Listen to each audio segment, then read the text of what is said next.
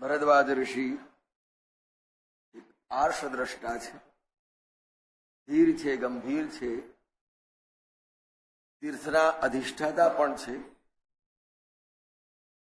અને ભગવાનના ભક્ત ભરતજી ભરદ્વાજ ઋષિને ત્યાં અતિથિ બનીને ગયા છે.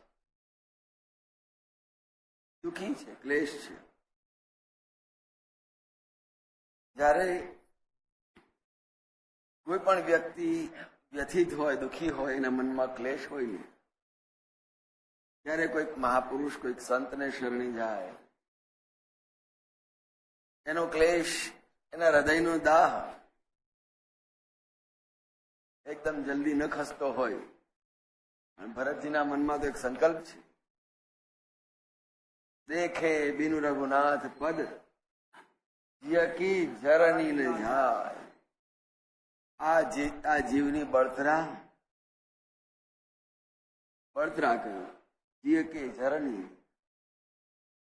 ભગવાનના ચરણોના દર્શન કર્યા સિવાય મારો એ દાહ શાંત થવાનું નથી. ભક્તિ કેવી છે અને કેવો ઉદ્ગાર નીકળ્યો છે, દેખે બિન રઘુનાથ પદ. ભગવાનના ચરણોના દર્શન ન થાય ત્યાં સુધી મારા હૈયાની આ પીડા, આ દાહ, આ અગ્નિ ઓલવાવાનું, શાંત થવાનું નથી.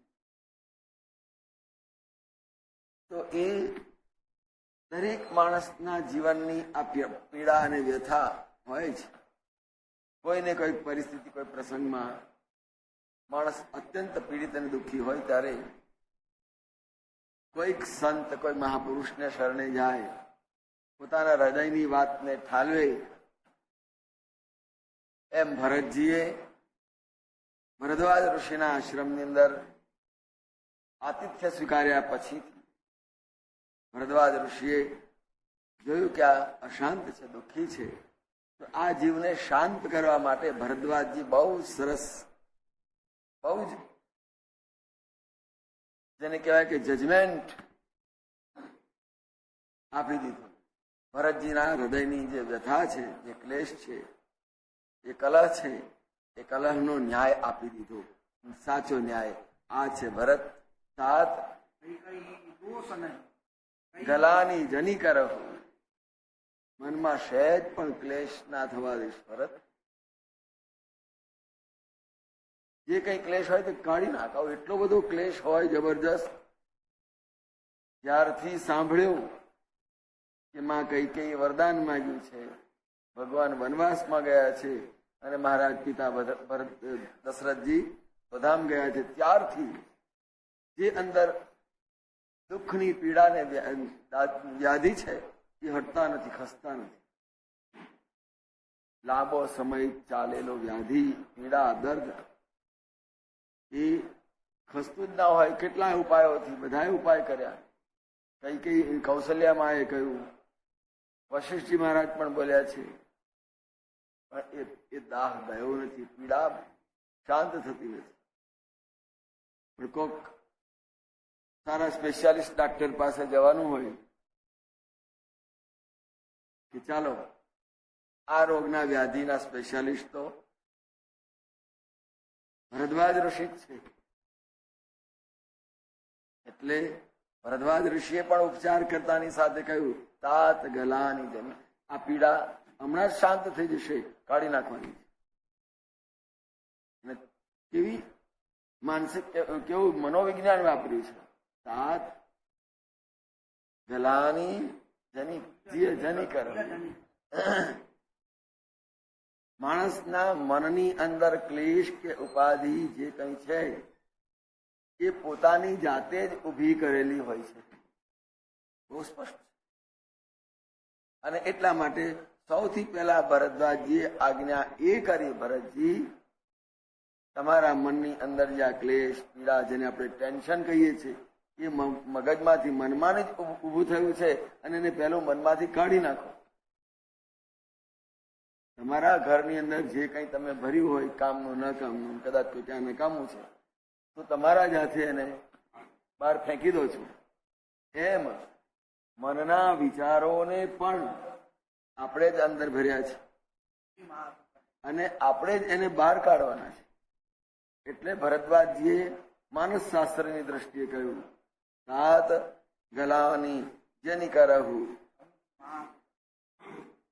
માતાનું કર્તવ્ય, આ માએ આ કરતું જ કર્યું છે એ મગજમાંથી કાઢી નાખ. કોણે કર્યું છે એ પણ ઔષધ આપી દીધું. કર્યું છે દેવોએ અને સરસ્વતી કઈ ગીરા મતી. સરસ્વતી દેવોના પ્રેરેલા સરસ્વતીજીએ આ કામ કરાવડાવ્યું છે. માં કઈ કહીએ નથી. કેટલો ઊંડાણનો ન્યાય આપ્યો છે. કોઈ પણ ન્યાયાધીશને જયારે ન્યાય જજમેન્ટ આપવાનું હોય ને ત્યારે આખા કેસનો અભ્યાસ કરી અને ખૂબ ઊંડાણ સુધી જઈ અને પછીથી વાસ્તવિકતા શું છે એ છેક બહાર ખેંચી લાવી અને પછીથી એનો ન્યાય આપે. એમ ભરદ્વાજ ઋષિ ભરતજીના દુઃખના ઊંડાણમાં એના મૂળ સુધી જઈને ગઈ ગીરા મતીજી આ નથી કર્યું. તો સરસ્વતીએ આવીને આ બોલાવડાવ્યું છે. જેમ કોઈ પણ માણસને એ પાસેથી કામ કરવાનું છેતરવું હોય એને ખૂબ પહેલા ઠઠારવો પડે, મઠારવો પડે, શણગારવો પડે. એને પછી કે તારે આ જ બોલવાનું, આ જ કહેવાનું, આ પ્રમાણે. એટલે પેલો એ પ્રમાણે જ બોલ્યું. એમ કઈ માને સરસ્વતીજીએ આ પ્રમાણે ભ્રમિત કરી દીધા હતા. એટલા માટે આજે કઈ બની ગયું છે એમાં તાત કઈ દોષ નહીં. ભરત એ તાત એ વત્સ, આમાં માં કઈનો જરાય દોષ નથી. એને સહેજ પણ ઉપાલમ આપીશ નહીં. સમુજી માં તો કરે તું એ ગલાની જની કરો. માએ કર્યું છે એમ સમજીને આ મનમાંથી કાઢી નાખો. ઔષધ દવા આપી દીધી. ઓપરેશન કરીને જે કાઢવાનું હતો એ કાઢી નાખ્યું અને ટ્રાન્સપ્લાન્ટ તરીકે મૂકવાનું હતું એ મૂકી આપ્યું.